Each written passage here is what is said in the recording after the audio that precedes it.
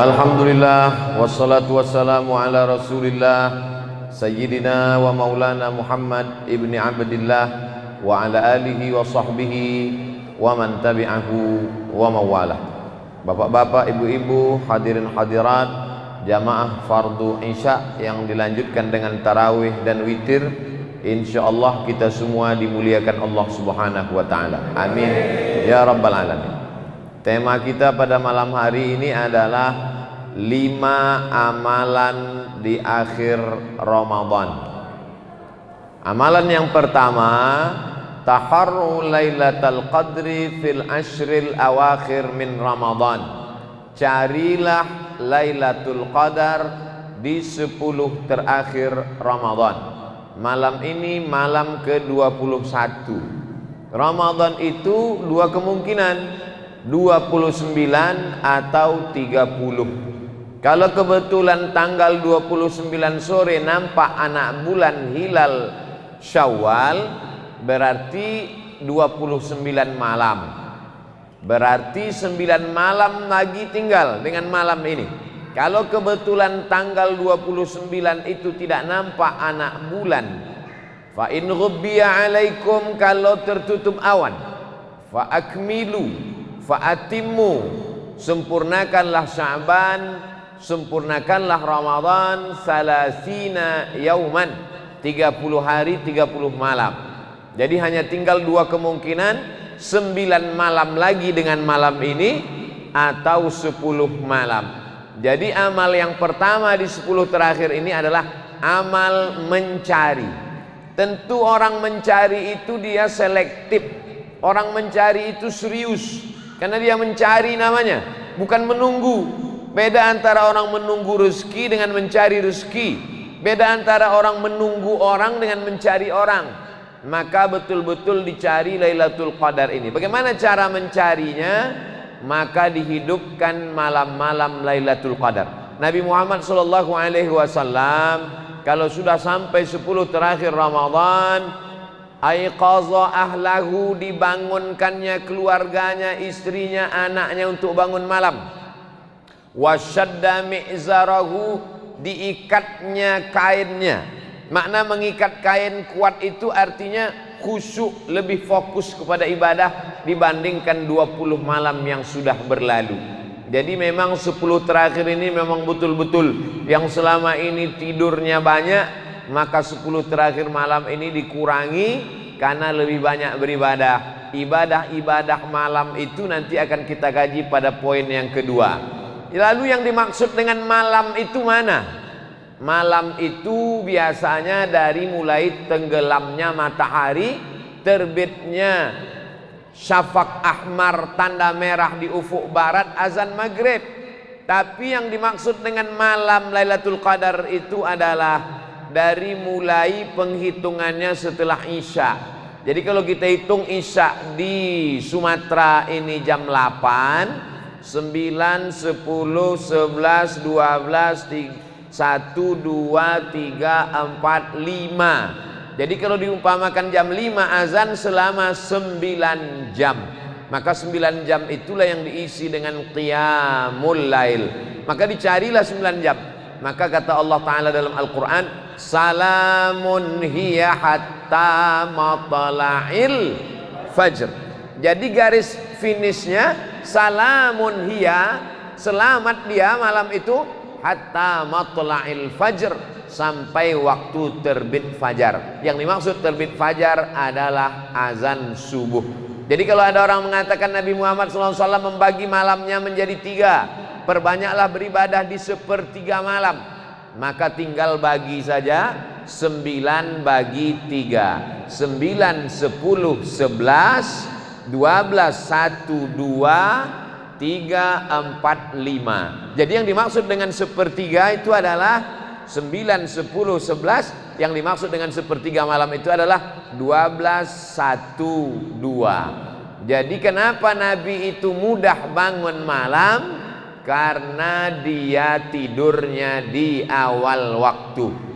Kalau beribadahnya habis Isya, tidak pakai tidur, namanya qiyamul lail, tegak di waktu malam. Tapi kalau habis isya tidur, melawan tidur, melawan ngantuk, itu bahasa Arabnya tahajjada ya tahajjadu, tahajjudan, tahajud. Wa minal laili, dan dari sebagian malam, fatahajjad, lawanlah tidurmu, lawanlah kantukmu. Di kota Makkah dua-dua dilaksanakan. Habis sholat isya tarawih. Tarawih itu qiyamul lail. Kenapa disebut tarawih? Karena setelah 4 rakaat duduk beristirahat lama, panjang. Di tempat kita habis 2 rakaat duduk sebentar. Tapi setelah 4 rakaat ada baca doa. Al-Khalifatul Awal Abu Bakrin Siddiq radhiyallahu anhu. Duduk sejenak bertasbih, berselawat, berzikir, mengingat Allah. Lalu kemudian setelah itu barulah dia tegak lagi. Maka ini semua ibadah-ibadah yang bernilai man qama, siapa yang menegakkan malam. Orang lain malamnya berbaring, menempelkan tulang belakangnya, tengkuknya ke atas bantal, tapi dia man qama, tegak. Ramadan, imanan, karena iman kepada Allah, wahtisaban, karena mengharapkan balasan dari Allah. Ghufira lahu ma taqaddama min dzambih, maka diampunkan Allah dosa-dosanya yang lalu. Kalau dia bangun setelah tidur, namanya tahajud. Kalau dia tidak tidur, namanya qiyamul lail. Maka kita disuruh untuk qiyamul lail. Malam-malam ini dihidupkan, bahkan tidak tidur sama sekali. Bahkan orang-orang soleh itu memang dari mulai isya sampailah subuh. Dan di Indonesia ada beberapa masjid yang melaksanakan qiyamul lail dari isya sampai subuh. Ada yang setengah Al-Quran 15 juz, bahkan ada yang 1 juz selama 8 jam. Potong, makan, sahur, zikir, baca Quran, dan istirahat sejenak. Jadi amalan yang pertama adalah amalan mencari. Mencari itu bukan amalan Pak Ustadz. Amalan itu kan sholat, zikir, baca Quran. Mencari itu amalan. Mencari ilmu amalan. Man kharaja fi talabil ilmi, siapa yang keluar rumah berniat menuntut ilmu, fahuwa fi sabilillah, maka dia sama seperti orang yang berjihad fi sabilillah hatta yarji'a, sampai dia pulang ke rumah. Maka mencari maklumat, mencari ulama, mencari habaib, mencari pengetahuan, mencari tempat ibadah, mencari waktu-waktu yang baik, mencari ini adalah juga ibadah. Ini poin yang pertama. Yang kedua, apa ibadah-ibadah waktu qiyamul lail itu? Qiyamul lail umum, qiyam tegak. Orang yang tegak tak tidur, orang berbaring bisa tidur, orang duduk bisa tidur. Kalau orang tegak tertidur, lututnya akan bengkok, pasti dia jatuh. Berapa banyak jamaah saking kenyang perutnya tarawih tertidur waktu tegak, jatuh dia. Maka ketika orang qiyam tegak, maknanya dia malam itu tidak diisi dengan tidur. Lalu diisi dengan apa? Malam 9 malam dalam 21, 22, 23, 24, 25, 26, 27, 28, 29 ini. Yang pertama diisi dengan solat sunnat. Solat isya berjamaah, habis isya ba'diyah, habis ba'diyah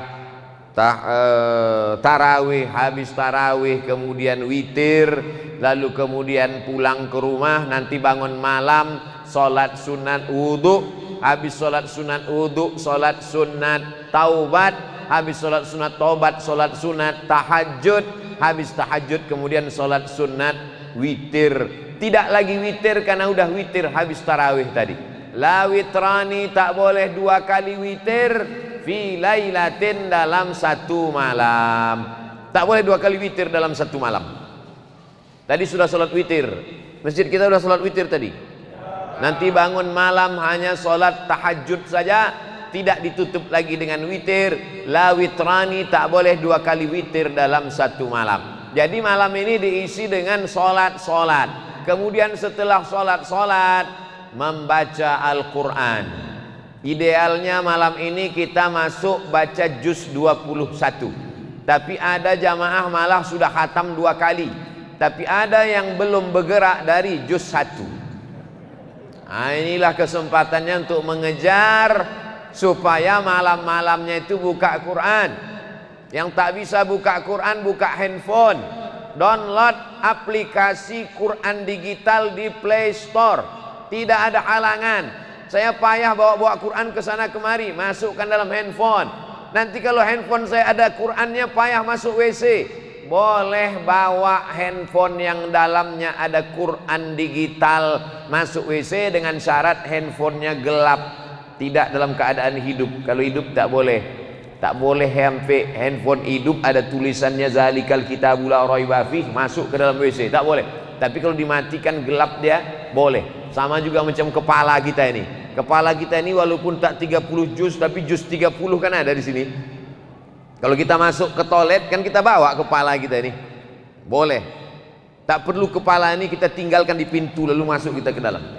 Itu dalil untuk mengatakan Quran yang ada di dalam handphone boleh dibawa karena dia tidak dalam keadaan hidup. Maka bacalah Al-Quran terus hatamkan. Target mesti khatam. Masih ada 9 malam untuk diisi dengan Al-Quran. Duduk 1 malam 1 juz, 1 jam 1 juz, 2 jam 2 juz, 3 jam 3 juz. Berarti kalau 3 juz malam ini, 10 malam lagi insya Allah. Yang belum memulai baca Quran, start malam ini, insya Allah sebelum malam takbiran sudah khatam insya Allah. Amin. Yang tak bilang amin, diaminkan Allah SWT, diaminkan para malaikat, dikabulkan Allah Ta'ala doa-doanya. Lalu kemudian amalnya sholat sunat. Setelah sholat sunat baca Quran. Wabil ashari hum yastaghfirun, memperbanyak istighfar. Astaghfirullahalazim, lebih panjang. Astaghfirullahalazim alladzi la ilaha illa huwal hayyul qayyum wa atubu ilaih. Lebih panjang. Allahumma anta rabbi la ilaha illa anta khalaqtani wa ana 'abduka wa ana 'ala 'ahdika wa wa'dika ma sata'tu a'udzubika min syarri ma sana'tu abu'u laka bi ni'matika 'alayya wa abu'u bi dhanbi faghfir li fa innahu la yaghfiru dzunuba illa anta. Man lazimal istighfar, siapa yang memperbanyak istighfar, ja'alallahu lahu min kulli dhiqin makhraja, setiap kesempitan hidupnya diberikan Allah kelapangan. Wa min kulli hammin faraja, setiap kesempitannya diberikan Allah jalan. Wa razaqahu min haitsu la yahtasib, diberi Allah rezeki dari jalan yang tak disangka-sangka.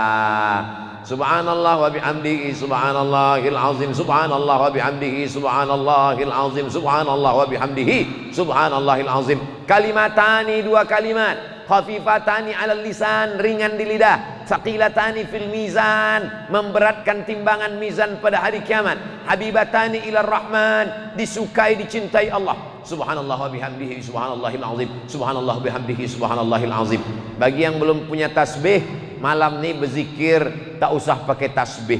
Jadi sahabat Nabi dulu, orang kalangan salaf kan belum ada tasbih. Bagaimana cara mereka berzikir? Diambilnya tali, diingkatnya pakai simpul-simpul, simpul itulah yang dia petik sebagai tasbih.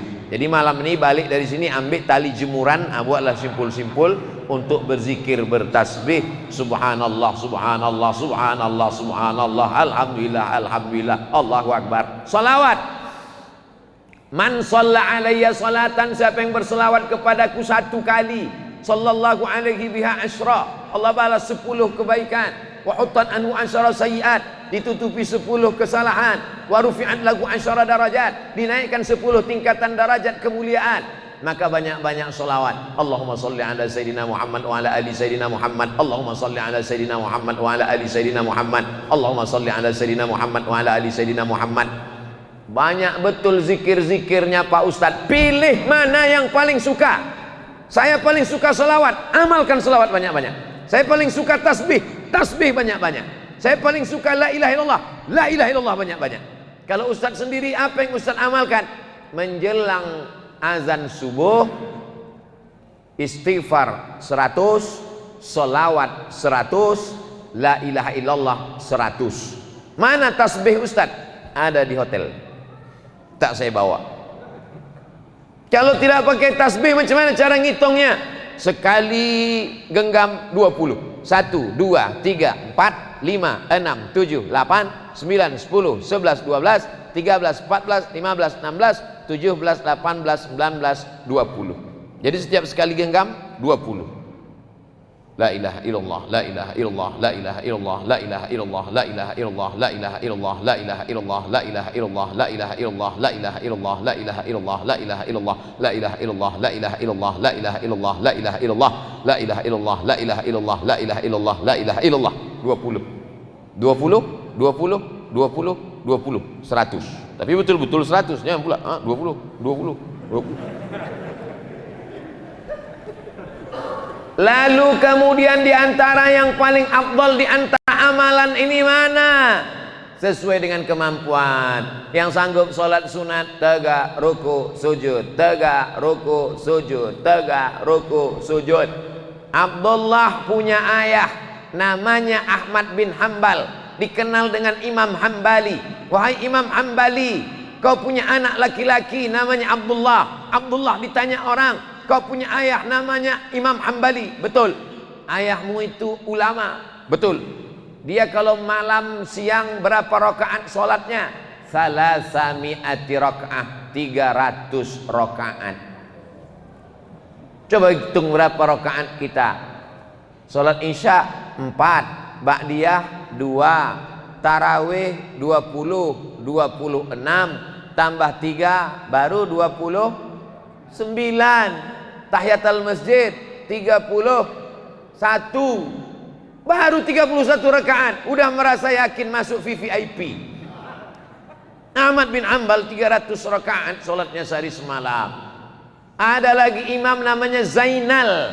Zainal artinya perhiasan, Abidin ahli ibadah. Zainal Abidin perhiasan ahli ibadah. Dia punya nama lain Sajjad, sujud. Orang yang banyak sujud namanya Imam Sajjad. Nama dia Ali, nama ayahnya Husain, nama atuknya Ali, Ali bin Husain bin Ali Zainal Abidin, Imam As-Sajjad. Kenapa disebut dia Sajjad? Sehari semalam sujudnya 1000 kali.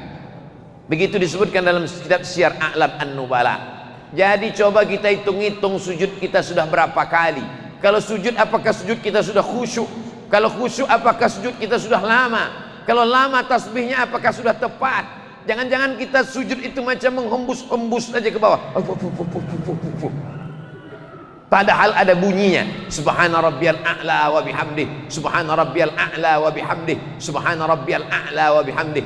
Ini bulan untuk kita perhatikan ibadah kita. Amalan yang pertama mencari, amalan yang kedua mengisi. Diisi dengan apa? Salat sunat. Diisi dengan apa?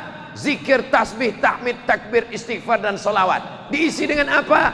Diisi dengan tegak, muhasabah, merenung. Aku ini akan kemana? Sedang berada di mana? Kalau aku mati, yang aku bawa ini apa? Ini yang penting, karena ajal bukanlah pulsa yang bisa diisi ulang. Kalaulah ajal itu pulsa bisa diisi ulang, berapa banyak orang-orang kaya bisa menambah umurnya. Makin canggih rumah sakit, makin hebat dokter spesialis, ternyata angka kematian makin tinggi. Maka kesempatan kita untuk mengambil meraih amal-amal soleh hanya tinggal 9 malam saja lagi, Bapak Ibu yang dimuliakan Allah Subhanahu wa ta'ala. Amal yang ketiga, amal yang ketiga adalah membayar zakat fitrah.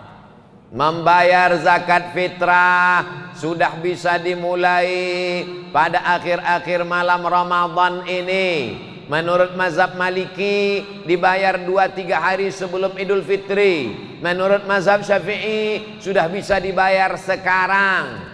Mau pakai beras silakan bayar pakai beras, ikut timbangan mazhab Syafi'i dalam kitab Al-Makayil wal Mawazin Asy-Syar'iyyah 2,40. Tapi kata Kementerian Agama 2,5, ikut Kementerian Agama. Tapi kata kiai saya 2,7, ikut kiai kamu.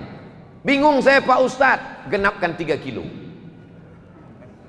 Jangan berhitung-hitung sama Allah. Nanti Allah berhitung-hitung sama kita, dikasihnya napas kita setengah, baru kita tahu berapalah itu seon 2 on.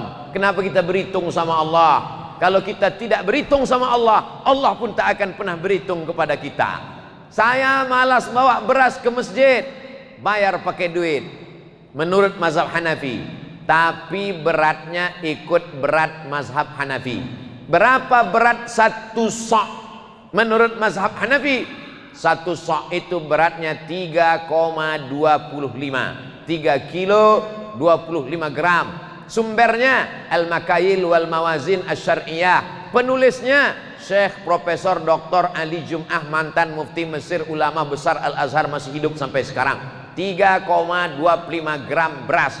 Beras apa? Beras yang paling enak, yang kau makan paling nyaman, paling lezat, paling sedap, paling kenyang. Itulah yang kau bayarkan untuk zakat fitrah. Jangan makan beras enak untuk bayar zakat fitrah beras raskin. Kau sembunyikan, pengurus masjid tak tahu. Beras raskin dicuci pakai pemutih. Banyak orang mati disebabkan pemutih. Diperiksa ususnya putih gara-gara pemutih pakaian dicucikan ke beras. Pembohong, penipu tukang beras. Kalau ada tukang beras yang sakit hati, berarti dia penipu. Kalau dia jujur, tak akan tersinggung dia dengar ceramah saya. Maka ini semua adalah tanggung jawab kita di hadapan Allah Subhanahu wa taala. Faradha Rasulullah sallallahu alaihi wasallam shadaqatal fitri. Nabi mewajibkan zakat fitrah sa'an min tamrin. Satu sa'. Satu sa' itu berapa Pak Ustadz? 4 mud. Satu mud itu berapa Pak Ustadz?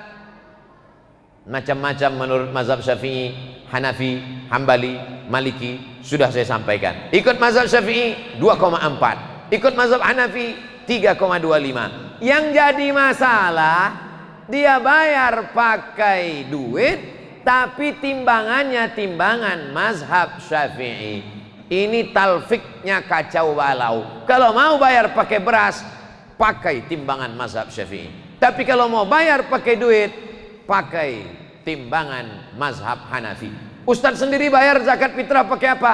Saya dari sejak pulang dari Maroko 2008 Ramadan sampai 2021 ini, alhamdulillah insyaallah membayar zakat fitrah pakai beras. Tapi saya tak menyalahkan yang bayar pakai duit. Untuk zaman sekarang mana yang afdal Pak Ustadz? Pakai beras apa pakai duit? Zaman dulu pakai gandum. Gandum bisa dibarter dengan kain. Gandum bisa dibarter dengan minyak. Gandum bisa dibarter dengan ayam. Sekarang kalau ada fakir miskin, di rumahnya ada beras 3 karung, beras itu dijualnya lagi supaya dapat duit. Maka kata Syekh Ali Jum'ah dalam kitab Al-Bayan lima yushghilul azhan, zaman sekarang afdal bayar zakat fitrah pakai duit. Kenapa? Karena orang kaya kalau berasnya banyak, tak bisa beras itu dipikulnya ke mall untuk beli celana. Maka pasti beras itu dijualnya murah. Ujung-ujungnya dia mau mencari duit. Langsung saja bayar pakai duit. Tapi beratnya menurut mazhab Hanafi.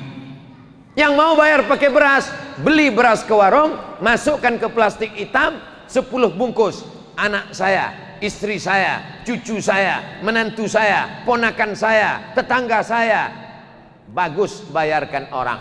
Jangan bawa duit dari rumah, tidak mau membungkus beras, tidak mau beli beras, tidak mau bawa beras dari rumah, bawa duit sampai ke masjid baru beli beras. Berasnya cuma setumpuk sebungkus. Aku beli beras ini dengan harga 25.000 tunai. Aku bayarkan untuk aku tunai. Aku beli lagi tunai. Untuk biniku tunai. Aku beli lagi tunai. Untuk anakku tunai. Untuk anakku tunai. Cucuku tunai. Menantuku tunai. Lama-lama koyak. Habis. Kalau beras sudah kau bayarkan zakat fitrah, maka pemilik beras ini berarti 8 asnaf.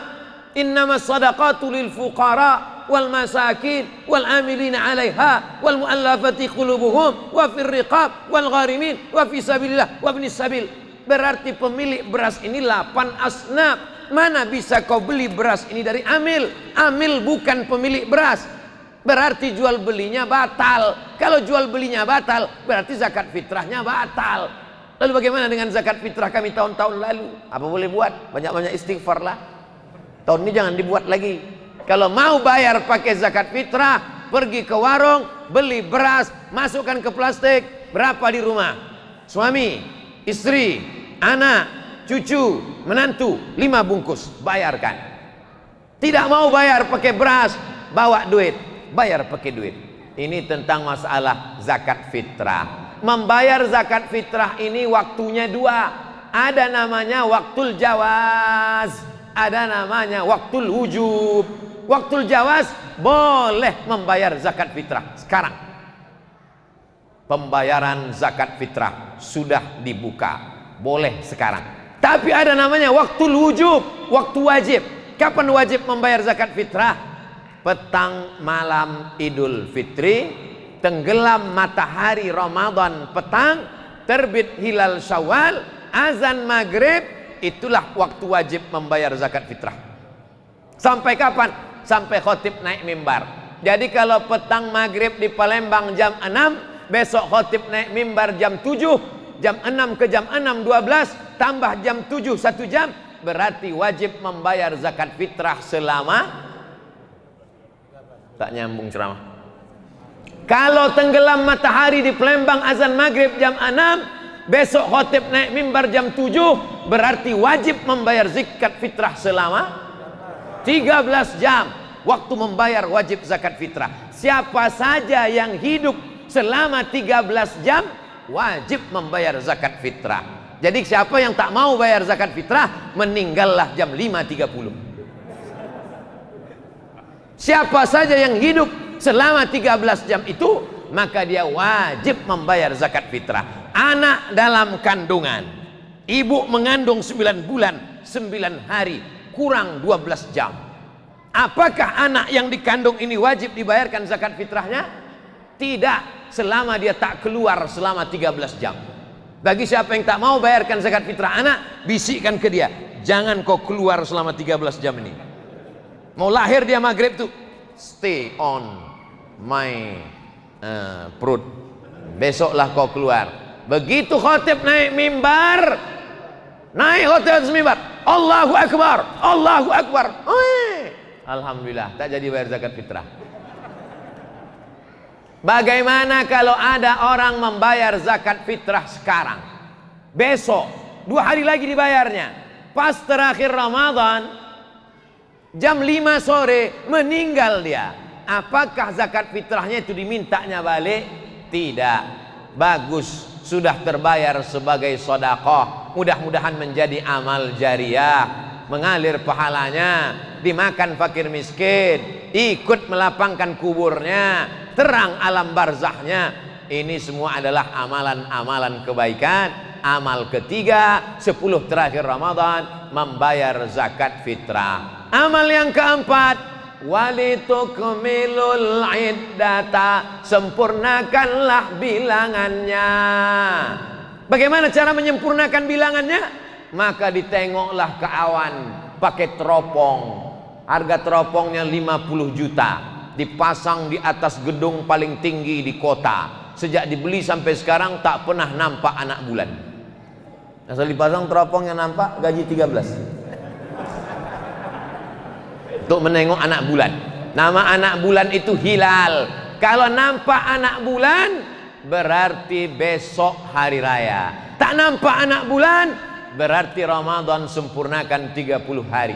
Dalilnya mana? Sumu li ru'yatih, berpuasalah kamu ketika menengok anak bulan. Waftiru li ru'yatih, berhari rayalah kamu ketika menengok anak bulan. Fa in ghubbiya alaikum, kalau tertutup awan, fa atimmu fa akmilu Ramadan 30 yauman, sempurnakanlah Sya'ban, sempurnakanlah Ramadan 30 hari. Simple, sederhana. Saya tak punya alat teropong, saya juga mata tak tajam, maka saya tinggal ikut keputusan Komisi Fatwa Majelis Ulama Indonesia.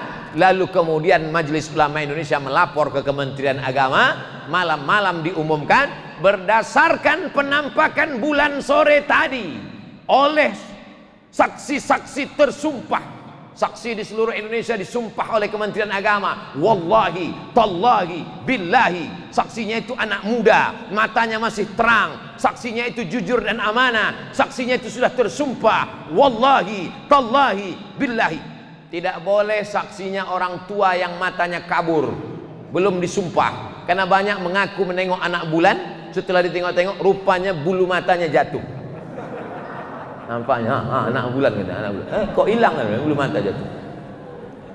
Jadi betul-betul saksi tersumpah, mengaku dia ke komisi fatwa, lalu presentasi Kementerian Agama, namanya sidang isbat, maka ditetapkanlah besok masuk 1 Syawal. Ini pun ibadah. Walitukmilul iddata, ibadah yang terakhir yang kelima, walitukabirullah, bertakbir memuliakan Allah. Allahu Akbar, Allahu Akbar, Allahu Akbar, la ilaha illallah, wallahu akbar, Allahu Akbar, walillahil hamd. Menetes air mata. Kau menangis terkenang emakmu? Tidak. Ayah kau tidak. Kenapa menangis? Tak bisa balik. Mudik tak bisa. Tanggal 6 sampai 17 dilarang terbang. Maka saya pulang ke Pekanbaru tanggal 5 sebelum dilarang. Kalau sampai tanggal 5 tak terbang, berarti hari raya saya di Palembang. Tak bisa terbang. Jangan tepuk tangan pula. Allahu Akbar. Takut pula saya diaminkan jamaah. Saya sudah ada jadwal di Pekanbaru, khutbah di Masjid Nurus Salam, Jalan Taman Sari. Ini semua adalah janji Allah Subhanahu wa taala. Kalau kita tunaikan janji, maka Allah berikan janji dia. Dan Allah tidak pernah ingkar janji. Innaka la tukhliful. Kalau pemerintah mengatakan jangan ramai-ramai, nanti kerumunan, ada Covid, jangan takbir. Takbir aja di rumah. Jangan kita bayangkan takbir itu mesti di masjid. Di rumah, ibu sambil membersihkan toples tempat kue. Allahu Akbar, Allahu Akbar, Allahu Akbar. Jangan sampai tak bertakbir, ibu. Jangan sampai tak bertakbir malam. Mengagungkan Allah. Kenapa takbir? Menghilang kesedihan. Terbayang wajah emak sedih, Allahu Akbar. Terbayang wajah ayah sedih, Allahu Akbar. Terbayang baju baru tak jadi dibeli, Allahu Akbar. Bertakbirlah malam Idul Fitri. Itulah 5 amalan-amalan yang kita laksanakan selama 9 atau 10 malam. Kalau 10 hari lagi, berarti hari raya tanggal 13. Kalau 9 hari lagi, berarti hari raya tanggal 12. Biarkan bulan bicara. Menunggu anak bulan. Kalau bulannya sabit, namanya hilal. Kalau bulannya bulat, namanya badar. Tola'al alaina. Badar bulan purnama. Tapi kalau bulan sabit namanya hilal. Yang terbit di akhir Ramadan itu nanti badar apa hilal? Hilal. Maka suami ibu yang namanya hilal, simpan-simpanlah di rumah. Soalnya dia dicari-cari orang 10 hari lagi. Hilal, Badar sudah jadi nama orang Indonesia. Pak Hilaluddin sama Badarudin. Bapak Ibu yang dimuliakan Allah Subhanahu wa taala, sudah kusampaikan semuanya 5 ibadah ini. Kalau sampai umur kita, insya Allah dapat pahala amal soleh. Andai tak sampai, kita niatkan malam ini, niat mencari Lailatul Qadar, niat mengisi malam-malam Ramadan, niat untuk membayar zakat fitrah, niat untuk menyempurnakan Ramadan, niat untuk bertakbir di malam akhir, ujung, puncak, finish, maka itu pun juga sampai. Walaupun kita besok mati, walaupun sedang ceramah ini saya mati, yang 5 itu tetap dapat karena sudah niat baik. Innamal a'malu binniyat. Itulah yang dapat saya sampaikan pada kesempatan kali ini. Yang baik datang dari Allah, yang tak baik dari hamba Allah yang dhaif. 40 menit kita bersama dari jam 8 sampai jam 8.45. Mudah-mudahan menjadi amal soleh, dapat menjadi bekal menghadap Allah. Ala hazihin niyah, al-Fatihah.